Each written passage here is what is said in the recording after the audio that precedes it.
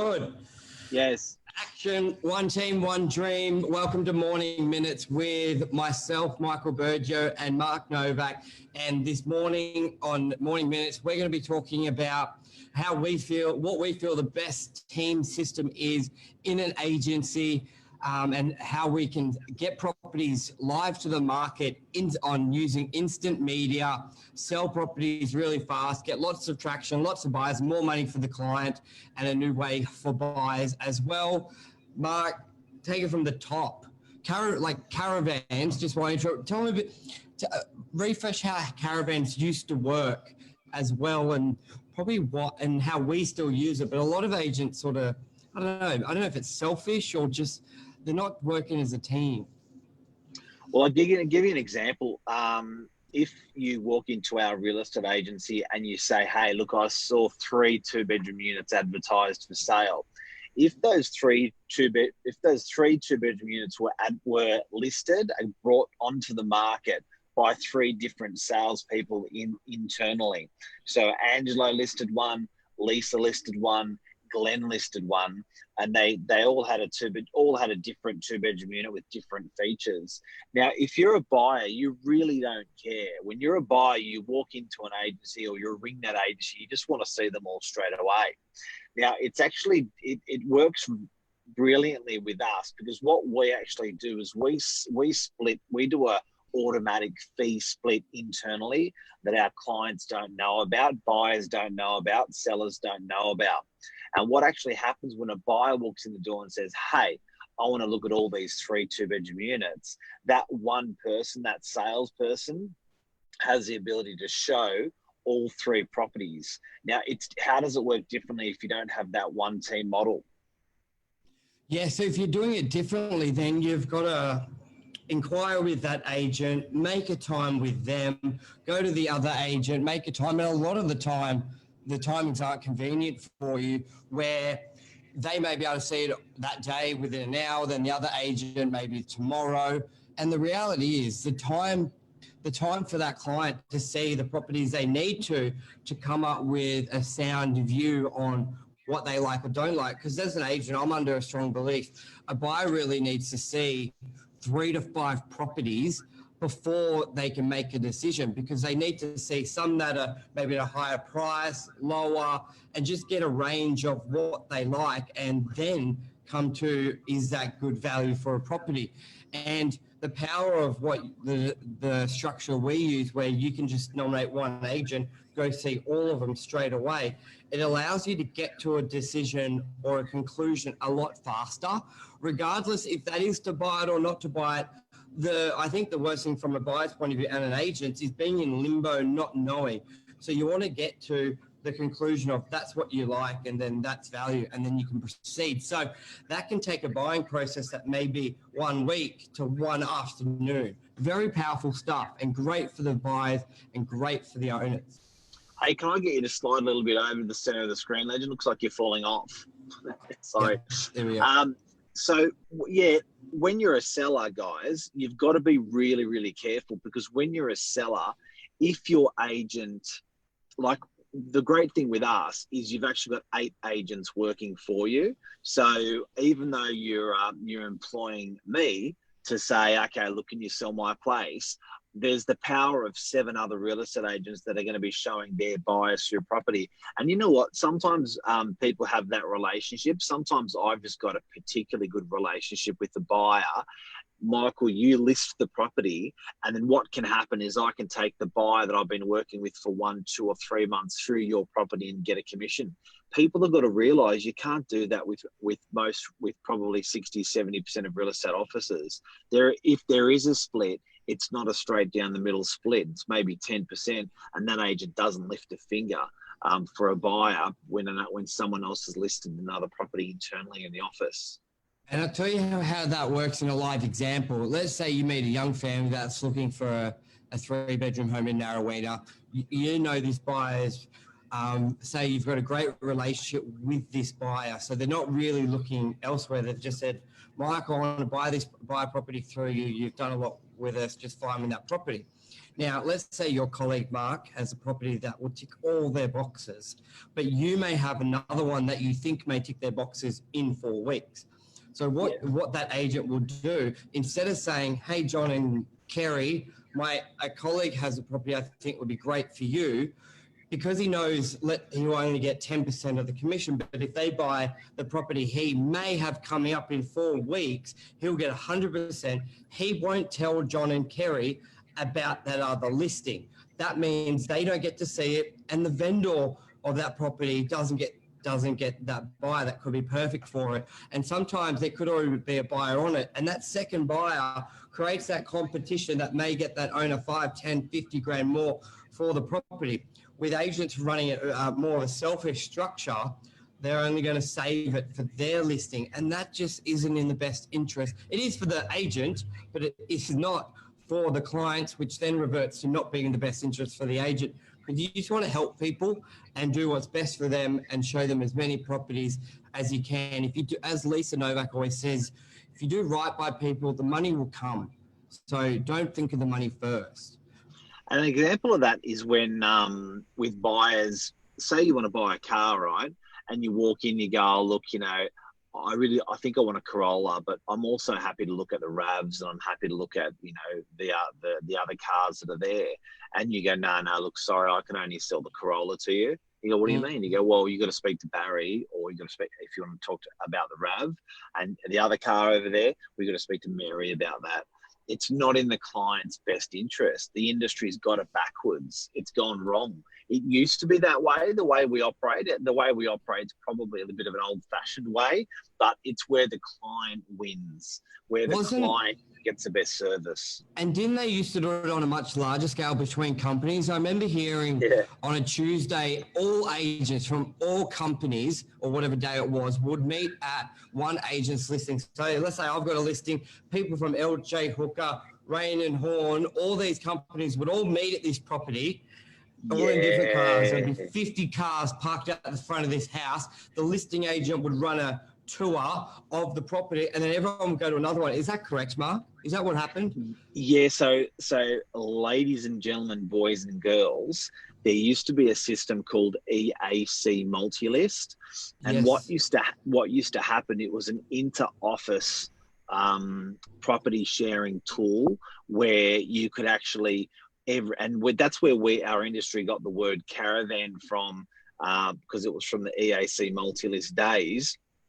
I can't remember what day it used to be on. I think it was a Thursday morning, if my memory serves me correctly.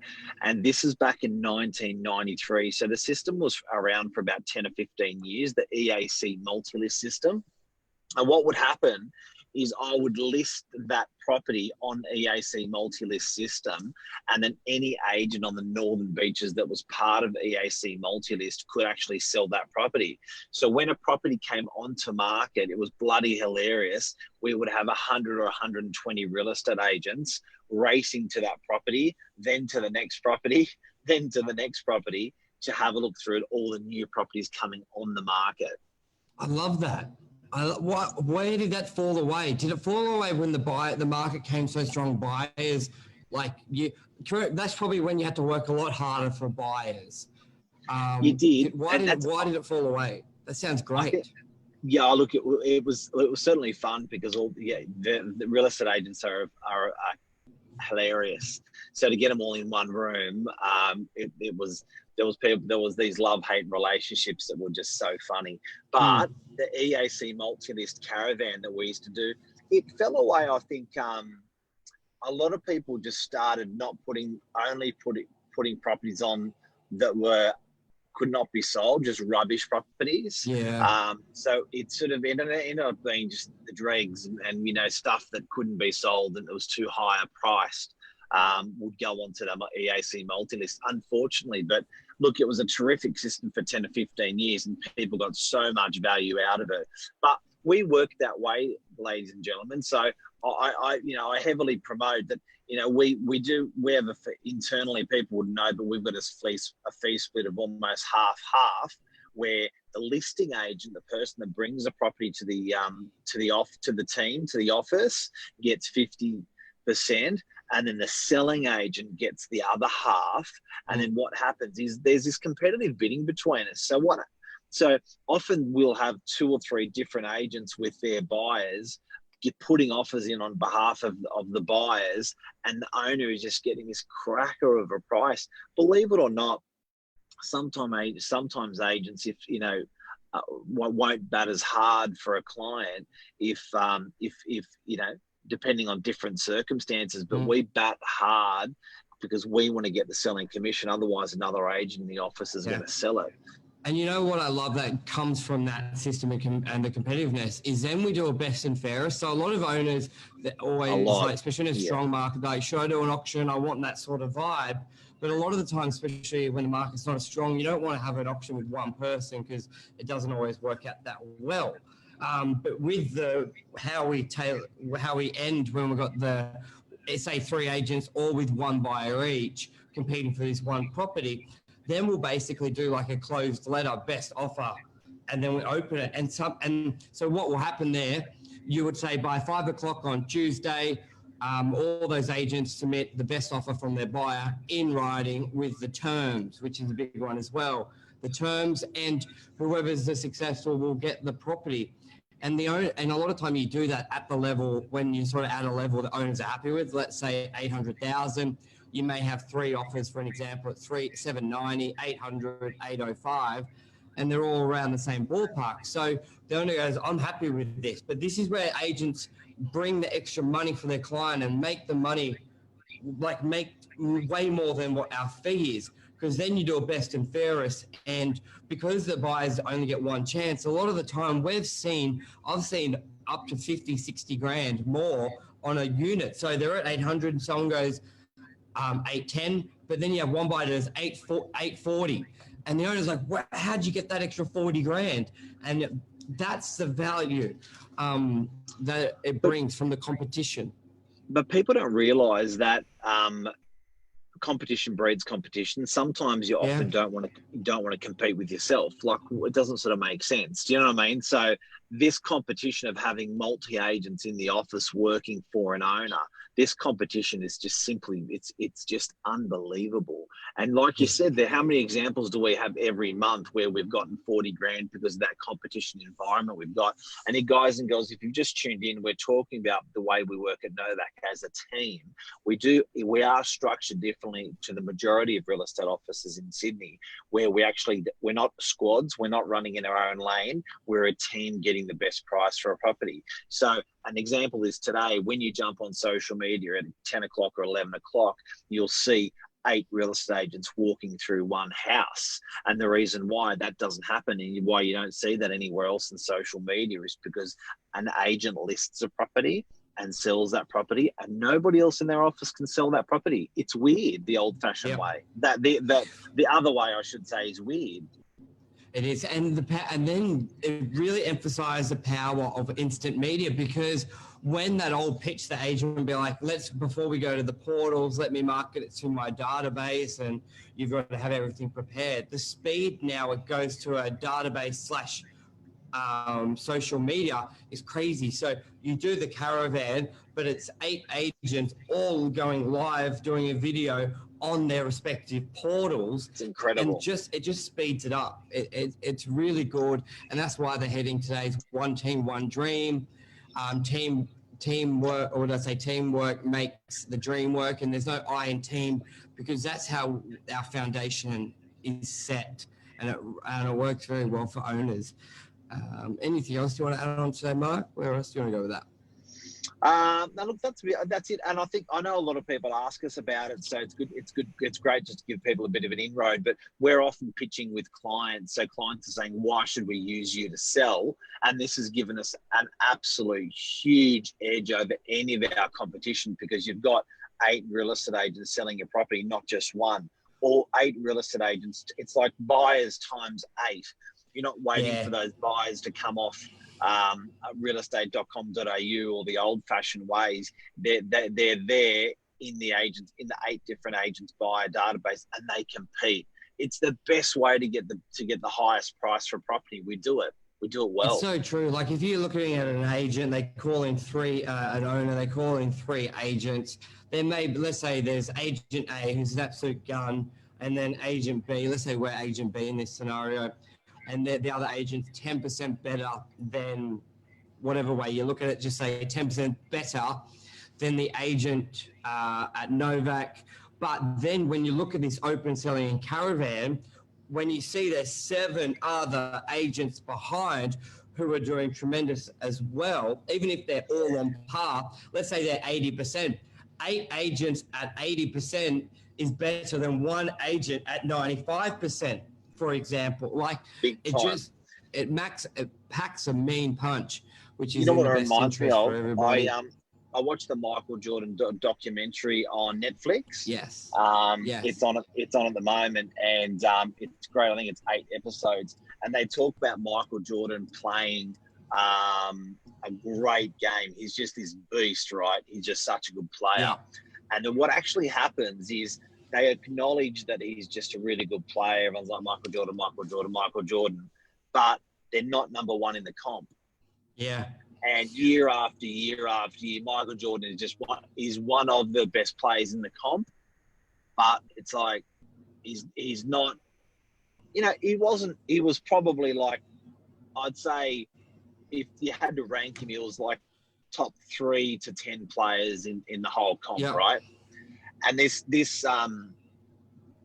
new coach comes along and absolutely annihilates Michael Jordan.